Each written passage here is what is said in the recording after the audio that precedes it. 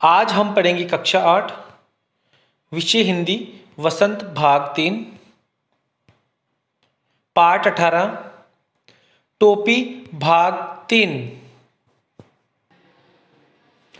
बुनकर इन्हें अगबग होकर देखने लगा। हटते हो कि नहीं यहाँ से? देखते नहीं, अभी मुझे राजा जी के लिए बागा बुनना है। अभी थोड़ी देर बाद ही राजा जी के कारिंदे हाजिर हो जाएंगे। साव करे भाव तो बचाव करे चाकर। इतना कहकर बुनकर अपने काम में मशगूल हो गया। अब इसमें आए हुए कठिन शब्द हैं। अगबग यानी परेशान, बागा यानी एक वस्त्र, कारिंदे यानी कर वसूली करने वाले, हाजिर यानी पहुँच, साव करे भाव तो बचाव करे चाकर यानी काम करे कोई और खा जाए कोई और, मशगूल यानी व्यस्त। लेखक कहते हैं कि जब नर गोरैया और मादा गोरैया बुनकर के पास सूत से कपड़ा बुनवाने गए तो बुनकर उन्हें हैरान होकर देखता है और कहता है कि यहाँ से दूर भाग जाओ। क्या उन्हें दिखाई नहीं दे रहा है कि अभी उसे राजा जी के लिए एक कपड़ा बुनना है? वह दोनों गोरैयों को यह भी बताता है कि अभी थोड़ी देर बाद ही राजा जी की ओर से कर वसूलने वाले आ जाएंगे। साव करे भाव तो बचाव करे चाकर यानी काम करे कोई और खा जाए कोई और। इतना कहकर बुनकर अपने काम में व्यस्त हो गया। इसे बुन दो भैया, गवरिया ने साहस संजोकर कहा। हम सेत मेत का काम नहीं करवाते, इसे बुन दे और आधा तू ले ले आधा हम ले लेंगे। अब इसमें आए कठिन शब्द है। संजोकर यानी बटोर कर, सेत मेत यानी मुफ्त। बुनकर की बातें सुनकर मादा गोरैया को लगा कि वह बहुत गुस्से में है और उसका सूत नहीं बुनेगा। तो मादा गोरैया ने थोड़ी हिम्मत बटोरकर बुनकर से कहा कि वह उसका सूत बुन दे, क्योंकि वे मुफ्त में कोई काम नहीं करवाते। अगर वह उनके सूत का कपड़ा बना देगा तो आधा कपड़ा वह रख सकता है और आधा उन्हें दे सकता है। बुनकर ने देखा कि सौदा बुरा नहीं है। वह तैयार हो गया। सूत अपनी ओर खींचकर ताना बाना पसार दिया। उसका करधा चलने लगा, ढरकी ढुलकने लगी। थोड़ी ही देर में उसने काफ़ी गफश और दबीज कपड़ा बुन दिया। आधा उसने ले लिया और आधा इन्होंने। अब इसमें एक कठिन शब्द है। करदा यानी चरखा, ढरकी यानी कपड़ा बुनते हुए जुलाहे जिससे बाने का सूत फेंकते हैं, गफश यानी घना बना हुआ, दबीज यानी मजबूत। लेखक कहते हैं कि जब बुनकर ने मादा गोरैया से कपड़े आधा आधा बांट लेने के सौदे के बारे में सुना तो उसने देखा कि सौदा बुरा नहीं है। वह सूत बुनने के लिए तैयार हो गया। उसने मादा गोरैया से सूत अपनी ओर खींचकर अपना कपड़ा बुनने का काम शुरू कर दिया। उसका करधा चलने लगा, ढुरकी ढुलकने लगी। वह बड़ी तेजी से काम करने लगा क्योंकि उसे राजा जी का कपड़ा भी बनाना था। थोड़ी ही देर में उसने काफ़ी घना और मजबूत कपड़ा बुन दिया। कपड़ा तैयार हुआ तो आधा आधा उन्होंने बांट लिया। गवरिया ने 3/4 मंजिल मार ली थी। कपड़ा लिए दिए वह एक दर्जी के पास जा पहुंची। दर्जी भैया इसकी टोपी सिल दो। अब इसमें आया कठिन शब्द है। मंजिल यानी हिस्सा। लेखक कहते हैं कि मादा गोरैया ने अपने लक्ष्य के आधे से ज़्यादा रास्ते को पार कर लिया था। बुनकर ने जब मादा गोरैया को कपड़ा बुनकर दे दिया तो वह कपड़ा लेकर एक दर्जी के पास जा पहुंची और दर्जी से प्रार्थना करने लगी कि दर्जी भैया उसकी कपड़े की टोपी सिल दो। खिसकती हो कि नहीं यहाँ से? दर्जी रोष से बोला। देखते नहीं राजा जी की 7वीं रानी से 9 बेटियों के बाद 10वां बेटा पैदा हुआ है। अब उस दशरथन के लिए मुझे ढेरों झब सिलने हैं। दर्जी ने माथे का पसीना पोंछते हुए ठंडी आह भरी। कुछ देना न लेना, भर माथे पसीना। अब इसमें आए कठिन शब्द है।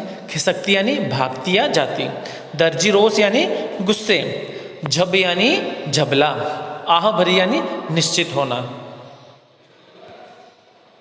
मादा गौरैया से कपड़े की टोपी बनाने की बात सुनकर दर्जी ने मादा गौरैया पर गुस्सा निकालते हुए कहा कि वह वहां से चली जाए। क्या वह यह नहीं देख पा रही है कि उसे राजा जी की 7वीं रानी से 9 बेटियों के बाद जो 10वां बेटा पैदा हुआ है उसके लिए ढेरों झबले सिलने हैं।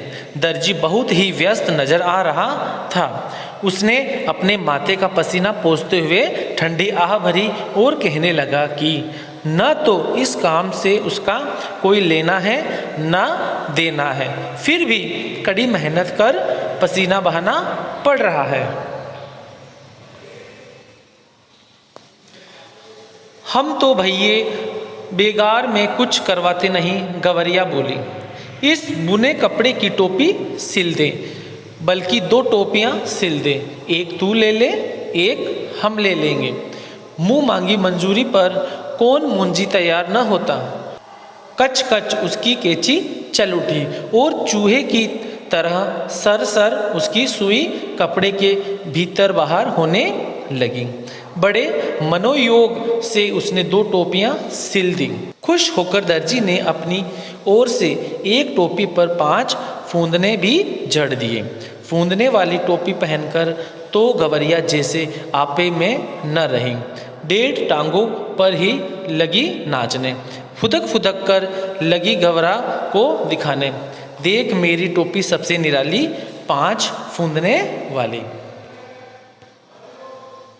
अब इसमें एक कठिन शब्द है। बेगार यानी बिना मजदूरी का काम। मुंजी यानी मजदूरी। मनोयोग यानी मन। फूदने यानी सूत या ऊन आदि का फूल। जड़ यानी लगा। आपे में न रही यानी बेकाबू होना। जब दर्जी ने मादा गौरैया का कपड़ा सिलने से मना कर दिया, तब वहां भी मादा गौरैया ने वही बात कही जो पहले सभी कारीगरों से कही थी कि वह तो मुफ्त में कोई काम नहीं करवाती, हर काम का उचित मूल्य देती है। वह दर्जी से बोली कि वह इस बुने कपड़े की टोपी सिल दे, बल्कि 2 टोपियां सिल दे। एक वह दर्जी रख ले और दूसरी उसे दे दे। यदि किसी मजदूर को मुंह मांगी मजदूरी मिल रही हो तो कौन मजदूर काम करने को तैयार नहीं होता। कच कच करके दर्जी की कैंची चल उठी और चूहे की तरह सर सर उसकी सुई कपड़े के भीतर बाहर होने लगी। उसने भी बहुत ही मन से 2 टोपियां सिल दी। और तो और खुश होकर दर्जी ने अपनी ओर से एक टोपी पर 5 ऊन के फूल भी जड़ दिए। ऊन के फूल वाली टोपी पहनकर तो मादा गौरैया जैसे आपे में न रहे। वह उस टोपी को पहनकर बहुत ही ज़्यादा खुश थी, क्योंकि उसने जो काम करने का मन बनाया था वह भी पूरा हुआ था और उसकी टोपी पहनने की इच्छा भी पूरी हुई थी। खुशी के मारे मादा गौरैया 1.5 टांगों पर ही नाचने लगी। फुदक फुदक कर नर गौरैया को दिखाने लगी कि उसकी 5 ऊन के फूलों वाली टोपी सबसे अनोखी और सुंदर है। वाकई तू तो रानी लग रही है। गवरे को भी आखिरकार कहना पड़ा, रानी नहीं राजा कहो मेरे राजा। गवरिया ऊंचा उड़ने लगी। अब कौन राजा मेरा मुकाबला करेगा। अब इसमें एक कठिन शब्द है, मुकाबला यानी बराबरी। जब मादा गौरैया ने अपने लक्ष्य को प्राप्त कर लिया, यानी जब मादा गौरैया ने अपने टोपी पहनने की इच्छा को पूरा कर लिया और वह अपनी 5 ऊन के फूलों वाली टोपी को पहनकर खुशी से नाच रही थी और नर गौरैया से कह रही थी कि उसकी टोपी सबसे अनोखी और सुंदर है, तो नर गौरैया को भी आखिरकार कहना ही पड़ा कि वह टोपी पहनकर रानी लग रही है। लेकिन मादा गौरैया ने नर गौरैया की बात को बीच में ही काटते हुए कहा कि उसे रानी नहीं राजा कहा जाए। यह कहकर माता गौरैया बहुत ऊंचा उड़ने लगी और कहने लगी कि अब कोई राजा उसका मुकाबला नहीं कर सकता। टोपी पहनते ही उसके मन में एक नए हुलस ने जोर मारा कि क्यों न इस मुल्क के राजा का भी एक बार जायजा लिया जाए, जिसके लिए इतने सारे काम होते हैं। उड़ते उड़ते वह राजा के महल के कंगूरे पर जा बैठी। अब इसमें आए हुए कठिन शब्द हैं।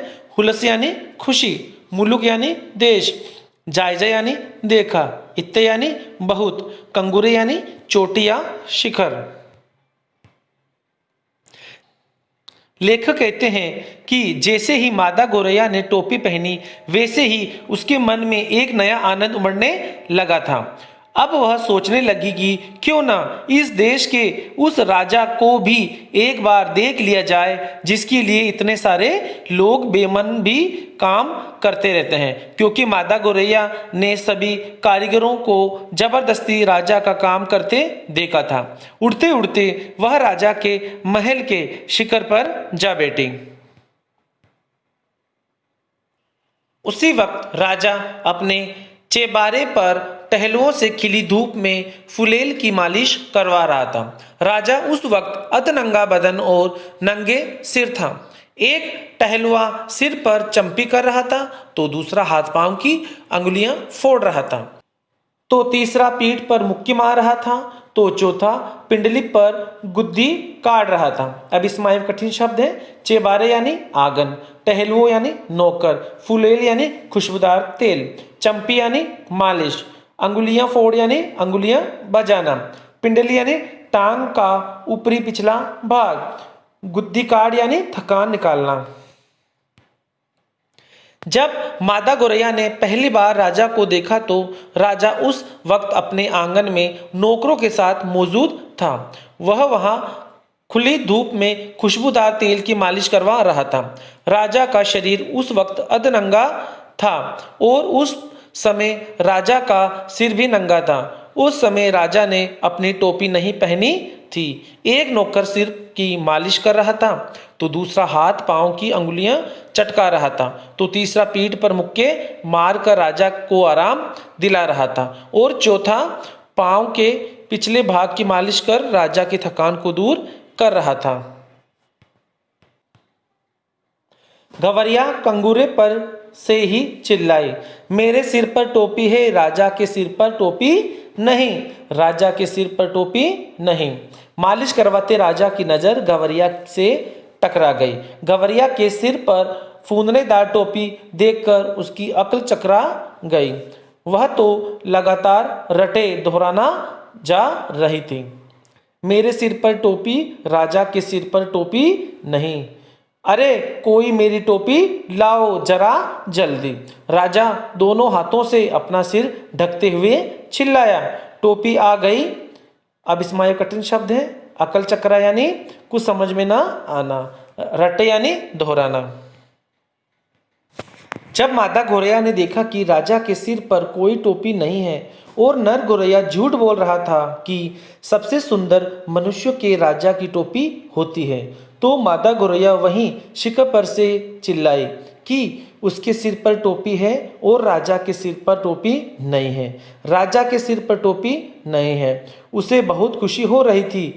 राजा ने जब यह सुना तो मालिश करवाते करवाते ही राजा की नजर मादा गौरैया से टकरा गई।